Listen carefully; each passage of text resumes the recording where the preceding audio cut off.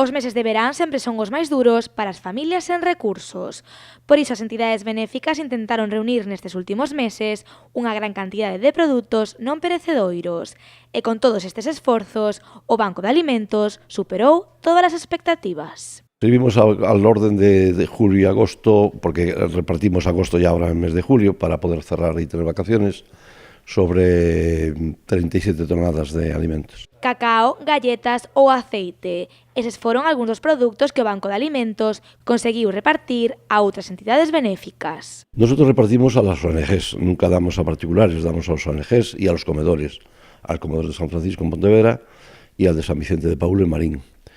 Y bueno, son ellos los que luego reparten a su vez a los necesitados. Como cada ano, o Banco de Alimentos pechará as súas portas durante o mes de agosto, pero a directiva non descansa e comeza xa a planificar novos eventos benéficos. Ahora vamos a descansar, que nos lo merecemos, creo que nos lo merecemos, y luego en septiembre empezamos de nuevo hasta final de año. O sea, que luego haremos la gran recogida solidaria, que la haremos como todos los años en finales de noviembre, principios de diciembre. Pero antes de celebrar esta gran recollida, agora toca desfrutar das vacacións, que este ano, con todo o traballo e o esforzo realizado, son máis merecidas ca nunca.